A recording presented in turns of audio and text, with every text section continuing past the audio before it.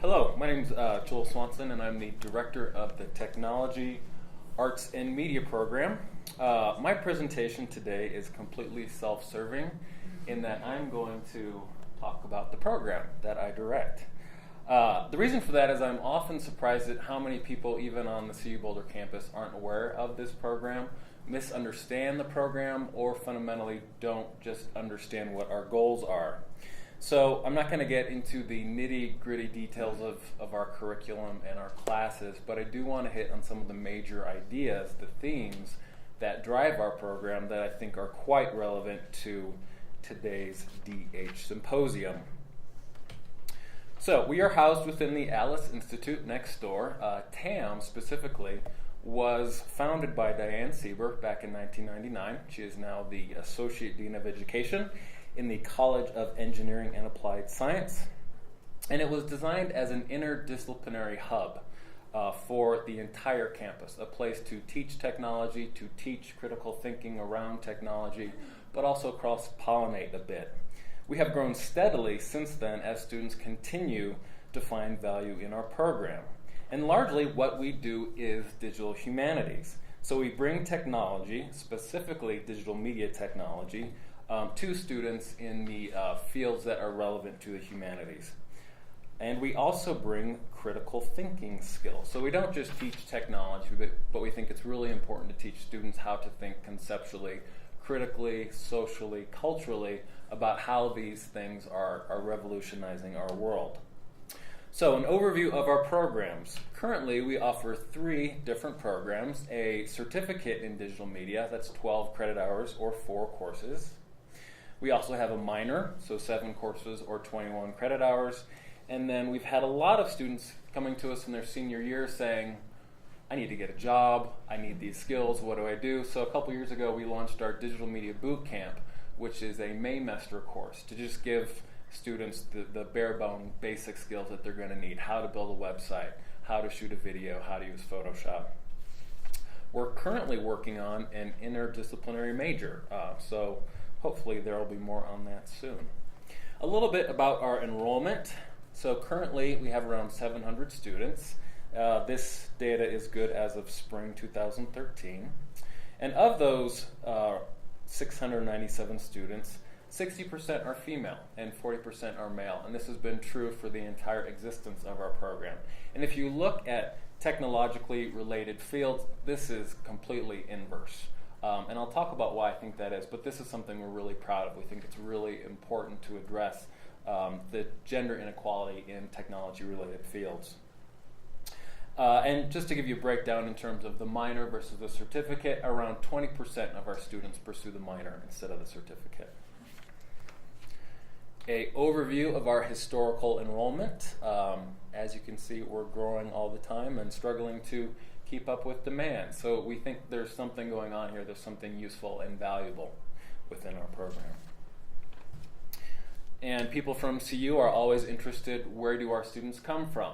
So as you can see, the bulk is from arts and sciences, around 60%. The second largest subscriber is journalism, around 20%. And then we have, various students from different programs beyond that. And engineering is only 5%. That's something I would like to address more. But I think what this shows is that this is digital humanities. The bulk of our students are coming from the humanities. And we're using technology to kind of push them closer to those technologically related fields. Why, you may ask, would, say, a student from engineering, perhaps computer science, take the TAM program? Well, they get a chance to do something creative, something visual, something that they might not be able to do within their traditional courses. So we do see a little bit of a crossover, but again, most of our students are coming from the humanities. So, what makes TAM different? I owe this one to Diane Sieber. This was an idea she had. We teach the why before the how. And this is really key. A lot of programs in digital media, creative digital media, first class will be some type of studio, hands-on, let's get in there. What we think is really important is to have the students pause, think about what technology is, where it comes from, how it affects our lives. And so what we've done is we made our introductory course called The Meaning of Information Technology, where we survey how technology has revolutionized our world. we encourage students to think critically, conceptually about things like Facebook. And it's shocking at the degree to which students just don't think about these things. They are so used to living with these tools that we really force them to have some critical perspective. We find their projects in their later studio courses are so much better because we start them off thinking critically from the very beginning. So, why before how? Our mantra for our program is creative technology. If I do pick 2 words, these are those 2 words. We teach technology, but we teach it in a creative context. So it's not just let's learn tool X, but let's learn tool X and then you go do something interesting with it, do something creative with it. For example, when I learned programming, it was in a traditional computer science school, and I had to go in and write this program to balance my bank account or something like that, right? So I would spend hours and hours and hours in the lab and hit the button and it'd spit out a number. And that was extremely dissatisfying for me. I'm a creative person, I'm an artist. So instead, we teach programming, but we teach it in a creative way. So let's make something visual. Let's make a generative piece of art. Let's make a socially conscious video game. Let's do something that you can see. And we find for a lot of students who are really afraid of programming, adding that kind of creative aspect reduces a lot of those barriers that I think we see in other traditional programs. So within all of our courses, we try to integrate these 3 different spheres. So creative production and critique, students are always doing something creative, and then we critique those things. So it's very much like a traditional art program in that we find critique very important. It's not just you're making something, but then your peers, your instructor is going to critique that to help you improve upon that. We also, yes, do technical skills instruction. So that's roughly 1/3 of our curriculum. We teach students how to use these tools, how to program, how to use digital media software. And then we also interject critical thinking and historical awareness. So not just making, not just learning how to do something, but how do you think about these things? Exposing them to critical theory is extremely important. And sometimes we get, feedback, from other people on campus saying, well, TAM is too vocational, you're just technical training skills.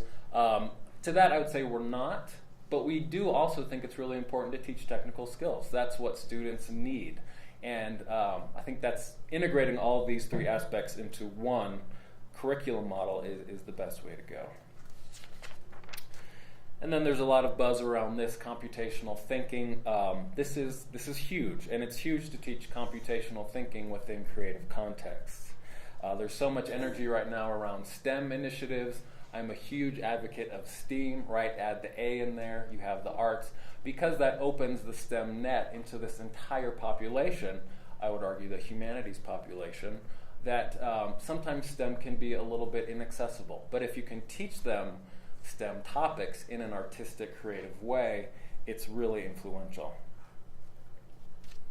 And something else I say, sometimes we'll get flack from people who come see our program and talk to us saying, well, it doesn't go deep enough. You're not teaching the A to Z of programming.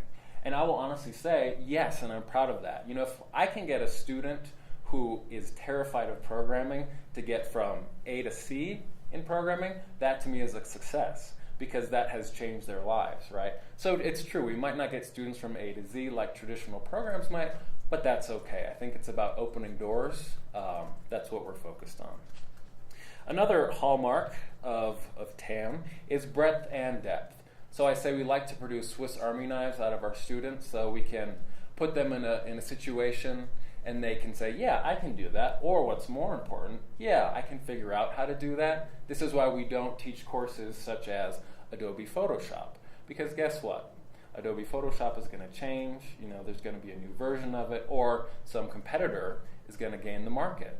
So instead what we do is we really push students to learn how to teach themselves, right? That's what's going to make kind of lifelong learners. So breadth is one thing. We give students a smattering of many different topics, technologies, and tools.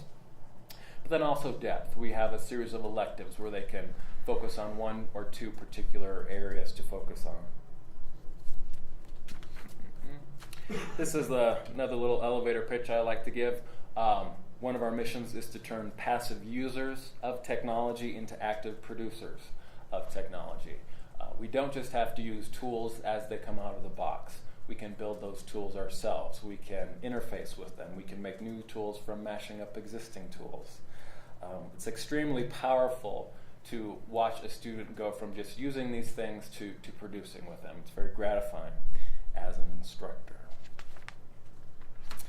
And my closing thought, in an ideal world, TAM would not exist. Technology is soon going to be as integral to communication and education as natural language itself. We're expected to know how to write well. I think, hopefully, my dream is that technology and digital media will be so integrated into primary and higher education that the need for a program like TAM won't be so strong. I think it'll take many years, but again, I think that's the ideal way to do it, to integrate it into our existing programs so the need for something like TAM isn't so relevant. And one more pitch, actually, based off of Lori's comment. So our students built her website for the Mall Media Archaeology Lab, and each semester we have groups of students in their capstone thesis course break out into smaller groups of 3 or 5. And they have to go around campus and do a campus service project where they have to build a website or do something for someone else on campus. We find forcing them to find someone on campus gives them a real-world experience without it being the real world, which is quite scary. And it just gives them that kind of useful experience of working with a real person. So if any of you ever have semester-long upper-level undergraduate projects that you think would be appropriate, email me because I can get you hooked up with some students who I will say are quite talented and are free labor. So that's a little bit about the TAM program. Again, I think it's quite relevant to the topics of today. And thank you for your time.